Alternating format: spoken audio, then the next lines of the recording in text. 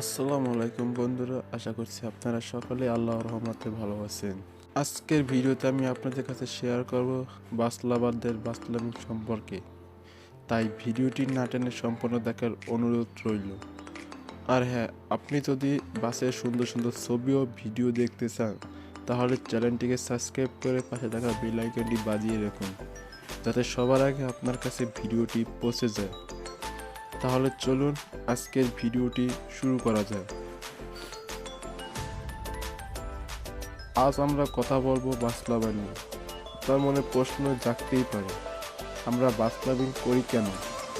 বাস loving করে কি হয়? বাসের ছবি তুলি কেন? বাসের ছবি তুলে লাভ কি? বাসকে ভালোবাসি কেন? এক একজন মানুষ এক এক উপায়ে নিজের শখ ও পছন্দকে সাজিয়ে তুলতে পছন্দ করে।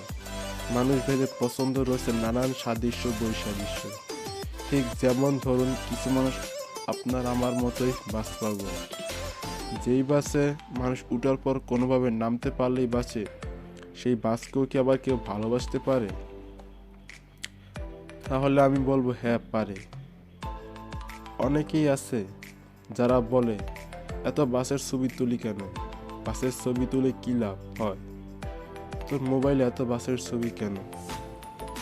এটা আমার শখ প্লাস ভালো লাগে। আর এই বাস লাভিং জগৎটা শুধু বাংলাদেশে নয়, পুরো পৃথিবীর সব দেশেই কম বেশি আছে। আর সব থেকে বড় কথা হলো, মানুষ যেখানে ভালোবাসা পায় সেখানেই যায়। আর তাছাড়া যারা দিনরাত পরিশ্রম করে রাত জেগে কঠিন চাপ থাকা সত্ত্বেও আমার আপনাকে নিরাপদে গন্তব্যে পৌঁছে দিচ্ছে, তাদেরকেও একটু ভালোবাসতে শিখো। আর সব স্টাফদের জন্য এই বাস লাভিংয়ে আমরা আরও অনুপ্রেরণা পাই। আমরা এখানে তো খারাপ কোনো কাজ করছি না।